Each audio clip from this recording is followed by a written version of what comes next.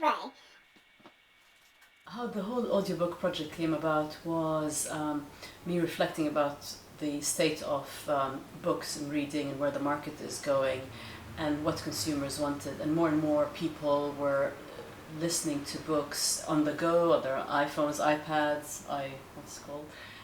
When Hanan first brought up the idea of doing the audiobooks, I told her that it was impossible, that probably it wouldn't sell very well, that people don't of course they don't read audiobooks. People don't listen to audiobooks so much.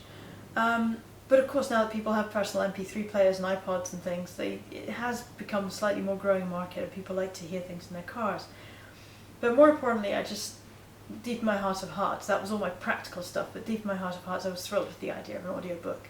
Because I think it is a wonderful way to experience a novel, to have somebody putting those words into your mind as you go about your driving or walking or whatever it might be.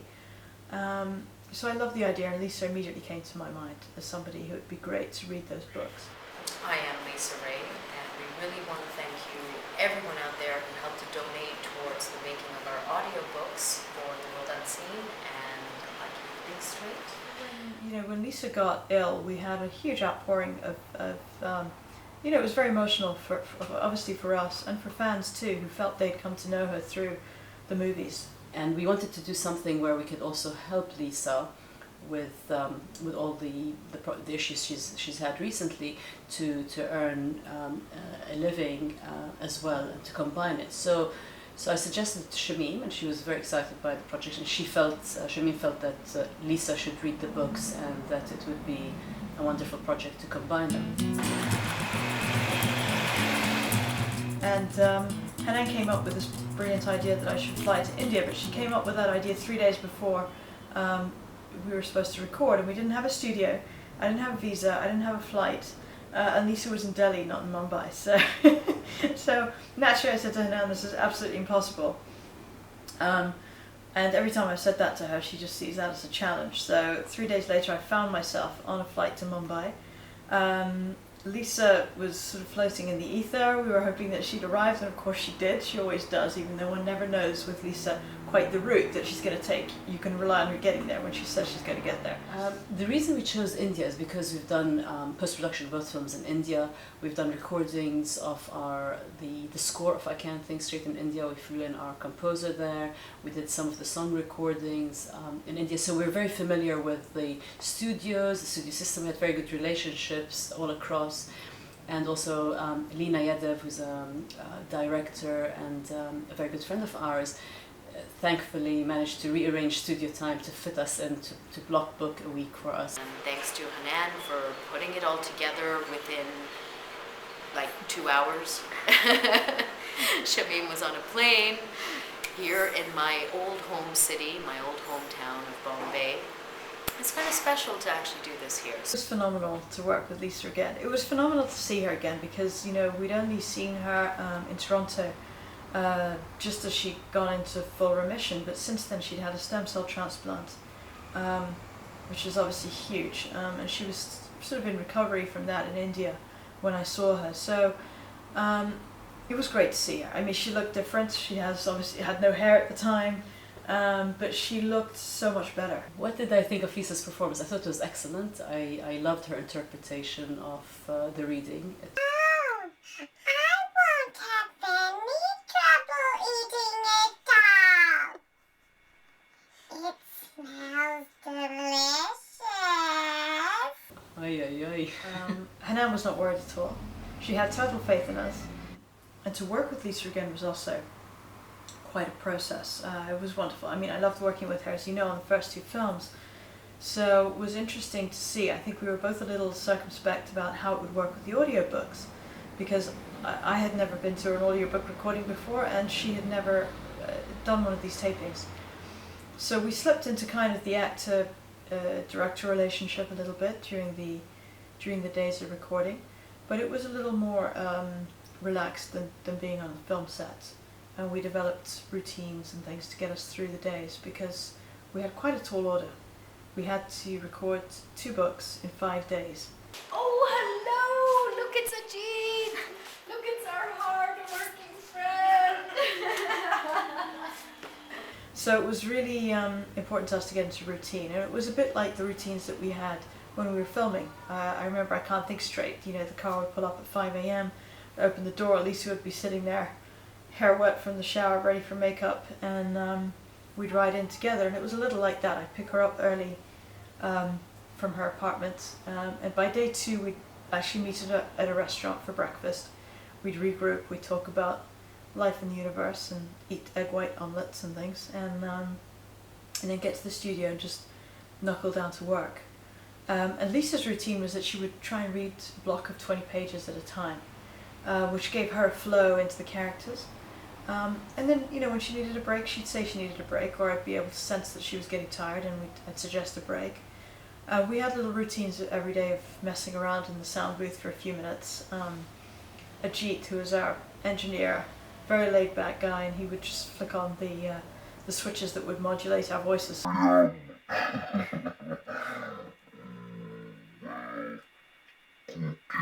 is nothing.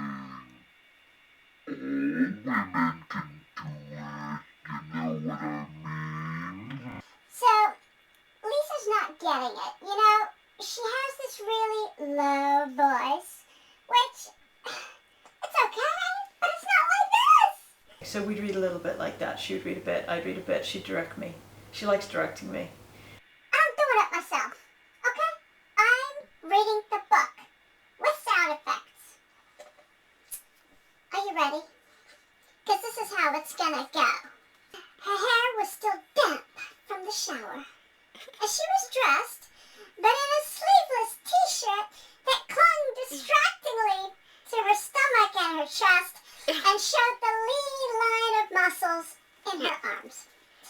Tala stifled a sigh.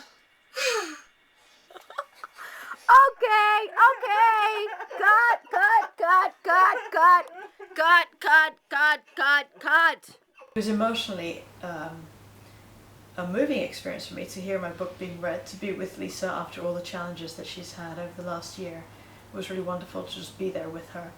And it was just an uplifting experience, really. A wonderful experience to hear the books being read. I was basically read to by Lisa Ray for 5 days. How bad can that be? Yeah. Lisa was a little circumspect about starting the reading because, you know, for her it was a whole new experience and she didn't know how it would go. But she was truly professional, and I think she found a different voice for each of the characters in a way that was really interesting, but without acting the characters. And a tone for each book, in fact. And I think she really enjoyed the process of reading them. She told me that she enjoyed it. I think she felt, she said when she was reading I Can't Think Straight, it made her feel like falling in love again, that process again, just reading the book and how this relationship was progressing. And I think similarly for The World Unseen, it evoked in both of us a particular feel that the book evokes of, the themes are of integrity and of finding your voice, but there's a particular cadence and a softness and a gentleness running through The World Unseen, I think, and that had an effect on us and our mood and how we felt. Yasmin's sigh attested to the truth of the statement. I need to get my own place, she said. So do you. Lisa a better Amina than Sheetal. Ay, ay, ay. No comment. I wish to live long. Somebody's interpretation of that book. So it's not the voice that I've heard in my head while I was writing it. But I really loved Lisa's take on everything. And of course, we talked about it together. And if there were certain elements that I thought should be slightly different, we were able to go back and retake those.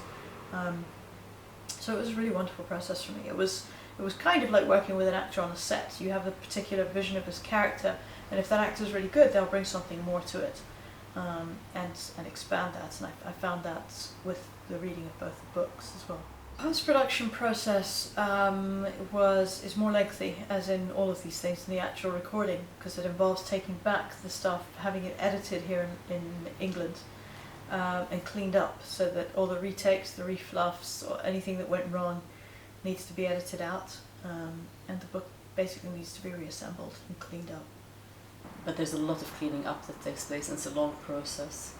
Tedious, but long. But needed. My vision for the audiobooks there and how they look and feel, we wanted something completely different, unique in terms of visuals that haven't been seen before. So the imagery from the films to create new images that could be interesting, appealing, and have texture and feel that portrayed what the books were about, really, what the novels were about. It couldn't have happened without you. Just want to say thank you to all the fans for the great support and for making this project happen. We hope you'll enjoy the audiobooks and hearing Lisa read them in her interpretation of my wonderful wife's and talented wife's incredible novels and brilliant work, The World Unseen, I Can't Think Straight. Thank you very much, because without you this wouldn't be here basically, so we are thrilled to bits, and thank you to Lisa, and thank you to all of you who supported us and Lisa throughout all these years. All these years. I sound ancient now, don't I? It's not that long, it's a little bit, but thank you, and many more years to come, hopefully. And read books, it's good for you. Or listen to books, it's even better. There you go. We're here working on the audio book. Isn't that awesome? And we couldn't have done it without you, without all of your support. I'm gonna sneeze. Sorry, let's do that again. Gatto, gatto, gatto.